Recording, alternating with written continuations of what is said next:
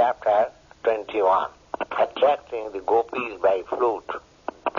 This way, when the autumn season was so beautifully current, and the waters in the lakes and the rivers became as clear as crystal, and was full with fragrant lotus flowers, the air was breathing so nicely. At that time, Krishna, accompanied by the cowherd's boy, entered the forest of Vrindavan. And Krishna was very much pleased by the atmosphere of the forest, where all flowers were blooming, and the bees and drones were humming very jubilantly, and the birds, trees and plants were looking all very happy. At that time, Krishna, while tending the cows, accompanied by Sri Balaram and the cowherd's boys, began to vibrate his transcendental flute. The Gopis in Vrindavan, immediately after hearing the vibration of the flute of Krishna, remembered him and began to talk amongst themselves how nicely Krishna was blowing upon his flute. While the Gopis were describing about the sweet vibration of Krishna's flute amongst themselves, at that time they also remembered the pastimes with Krishna, and thus their mind became disturbed, and they were unable to describe completely about the beautiful vibration of the flute. The Gopis, while discussing about the transcendental vibration of the flute of Krishna, they remembered also how Krishna was dressed and how he was playing the flute. They remembered that Krishna, first of all, was decorated on his head by the peacock feather, and he was just like a dancing actor with blue flowers pushed on the top of his ear. His garment was glowing just like yellow gold, and he was garlanded with a Vaijanti necklace. Being dressed in such attractive way, Krishna was filling up the holes of his flute by the nectar emanating from his lips. And thus he entered the forest of Vrindavan, which is always glorified by the footprints of Krishna and his companions, the cowherd's boys. In this fashion, Krishna began to play on his flute, as he is very much expert in such singing of the flute. The Gopis, thus being captivated by the sound vibration of Krishna's flute, which was not only attractive to the Gopis, but it was so to all living creatures, and thus they began to describe the beauty and sweetness of Krishna's flute as follows. One of the Gopis addressed her friend and said, the highest perfection of eyes is to see Krishna and Balaram in that fashion entering the forest and playing their respective flute and tending the clouds along with cowherd's boys. In other words, persons who are constantly engaged in seeing Krishna internally and externally, by thinking of them as playing the flutes, entering the Vrindavan forest, tending cows along with cowherd's boys, and always engaged in such transcendental meditation, have really attained the perfection of having these senses, meditation, and samadhi, trance, means absorption of all the activities of the senses on a particular object. And the Gopis indicate that this is the perfection of all meditation and samadhi. And this is also confirmed in the Bhagavad Gita, that anyone who is always absorbed in the thought of Krishna within himself is the topmost of all yogis. Another Gopi expressed an opinion that Krishna and Balaram, while tending the cows along with the cowherd's boy, and dressed in glowing garments, yellow collar and blue collar respectively, carrying in their hands new twigs of a mango tree, peacock feathers, a bunch of flowers, dressed with a garland of lotus flower, sometimes singing very sweetly among his friends, and all of them appear just like actors going to play on a dramatic stage, addressed other friends how Krishna and Balaram was looking so beautiful. Another Gopi said, my dear friends, we cannot think of the fruit made of bamboo rod. What sort of past activities might have executed, so much so that it is now enjoying the nectarine and the leaves of Krishna, which is practically the property of us, the Gopis.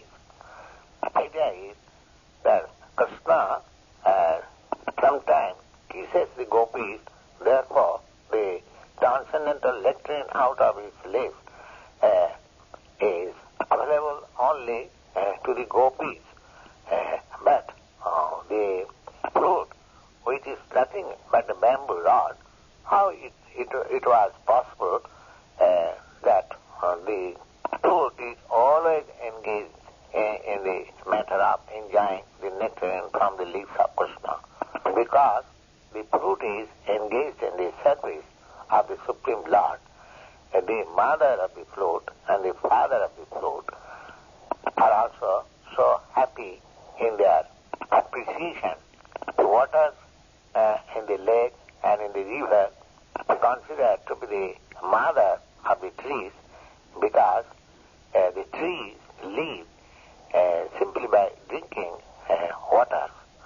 So the waters in the lake and the river of Vrindavan were full with glowing lotus flower in a happy mode, because the waters are thinking how their child, the bamboo rod, is enjoying the nectarine of Krishna's leaves.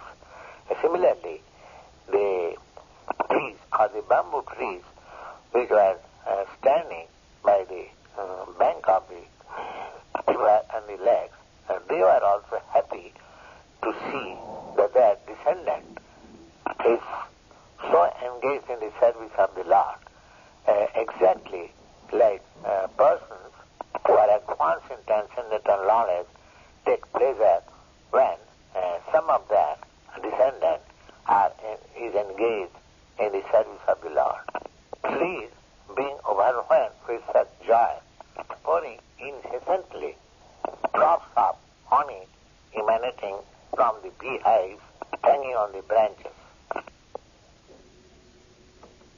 Krishna tape number 23, Krishna tape number 23. And as Gopi began to address her other friends and say, my dear friends, our Vrindavan is proclaiming the glories of this Earth planet, because this planet is glorified by the lotus footmark of the son of Devaki. Besides that, when Govinda plays on his flute, the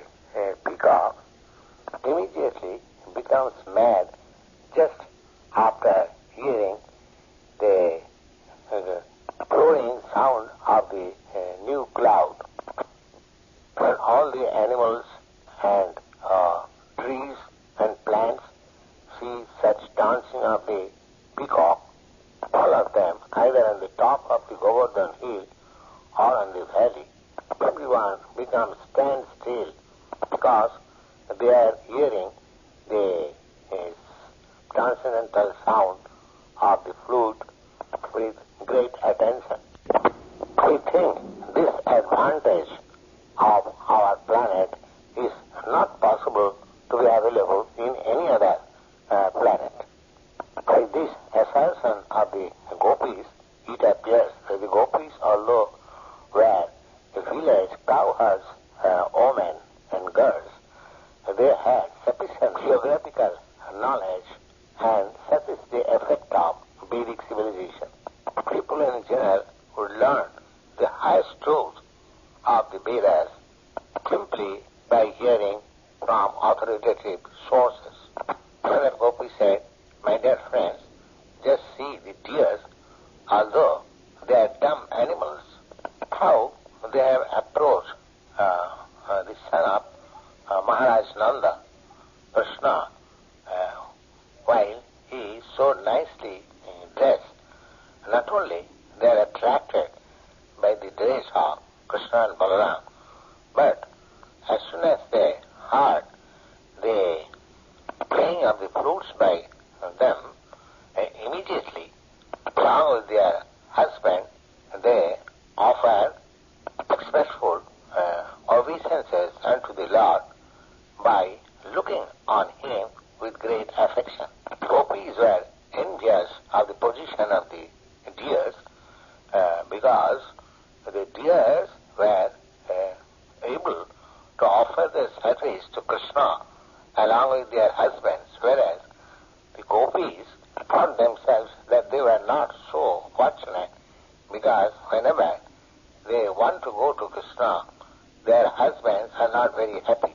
Brother Gopi said, "My dear friends, Krishna is so nicely dressed that he appears to be impetus of various kinds of ceremonies by the women folk, because even the wives of the denizens of heaven, just after hearing the transcendental sound of the flute, different attractive tunes, although they are traveling in the air on their different airplanes and enjoying the company of their husbands, still, just after hearing the sound of Krishna's flute, immediately they become perturbed and their bunch of hair become loosened, their tight belt becomes slackened. This means the transcendental sound of the flute of Krishna reached in all corners of the universe.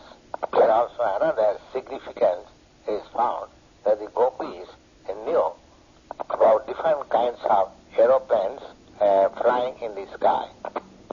Brother Gopi said to his friends, "My dear friends, the cows also are so much charmed that as soon as they hear the transcendental sound of the flute of Krishna, it appeared to them just like pouring of nectar. And in order to gas the liquid nectar of the sound of flute, they immediately spread their long ears to receive the nectar. And so far their cups were concerned. The cups just touched the nipples of their mother in the mouth, but could not suck the milk. They remained stuck with emotion, and from their eyes the tears were gliding down, manifesting vividly how they were embracing Krishna heart to heart. All these indicate that even the cows and calves in Vrindavan knew how to cry for Krishna and embrace him heart to heart. Actually, Krishna consciousness perfection can be culminated in bleeding tears from the eyes. another younger gopi raised his mother and said, my dear mother, the birds were all looking exactly to Krishna playing on his flute. They are sitting very attentively on the branches and twigs of different trees. From their feature it appears that they have forgotten everything but are engaged only in the matter of hearing Krishna's flute. All these prove that these birds are not ordinary birds. They are great sages and devotees. Just to hear Krishna's flute, they have appeared in the Vrindavan forest as birds. Great sages and scholars are interested in the Vedic knowledge. But the essence of Vedic knowledge is stated in the Bhagavad Gita. Vedischa sadvayahomeva vedam. That through the knowledge of all Vedas, Krishna has to be understood. So from the behavior of these birds, it appears that they are great scholars in Vedic knowledge and they have taken to Krishna's transcendental vibration of the flute, rejecting all other branches of Vedic knowledge. River Jamuna, being too much desirous to embrace the lotus feet of Krishna after hearing the transcendental vibration of his flute, has broken her tearful waves, but she is flowing very nicely with lotus flowers in her hands of waves, just to present Mukunda, her feeling presentation of lotus flower. The autumn season, the scorching heat of sunshine is sometimes intolerable. Therefore, the autumn clouds on the sky is very much sympathetic on Krishna and Balaram along with their cowherds, boys, friends, while they are engaged in blowing their flutes, acting as umbrella on their head, just to make friendship with Krishna. The dissatisfied aborigine girls also become fully satisfied when they smear over their face and breast the dust of Vrindavan, which was caused reddish on account of touch of Krishna's lotus feet. The idea is that the aborigine girls who have got very good cut so far their breast is concerned, and they are also very much lusty. So when their lovers twisted their breast, they are not very much satisfied. But when they came out in the midst of the forest, they saw that while Krishna was walking, some of the leaves and creepers of Vrindavan had become reddish on account of the kumkum powder which flay from the lotus feet of Krishna. The lotus feet of Krishna is held by the Gopis on their breast, which is also smeared with kumkum powder. But when Krishna travels in the Vrindavan forest with Baladevji and his cowherds, boys, friends, such reddish powder fall also on the ground of the Vrindavan forest. So these lusty aborigine girls, while looking towards Krishna playing his flute, they saw also the reddish kumkum on the ground and immediately took them and smeared over their face and breast, and thus they become fully satisfied, although they are not satisfied when their lover touches their breast. In other words, all material lusty desires can be immediately satisfied, even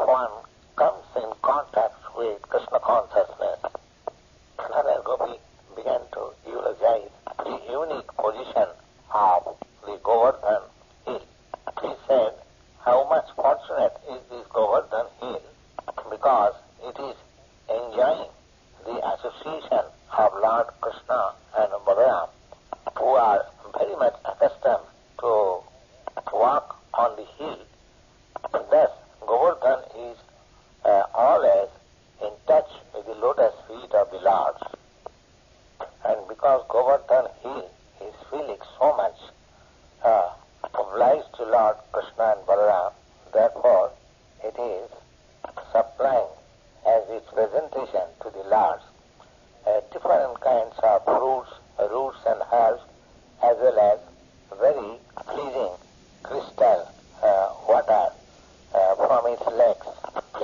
The best presentation offered by Govardhan Hill is to the cows and calves. It's newly grown green grasses. In other words, Govardhan Hill knows how to please the Lord by pleasing their most beloved associates, the cows and the cowherd's boys.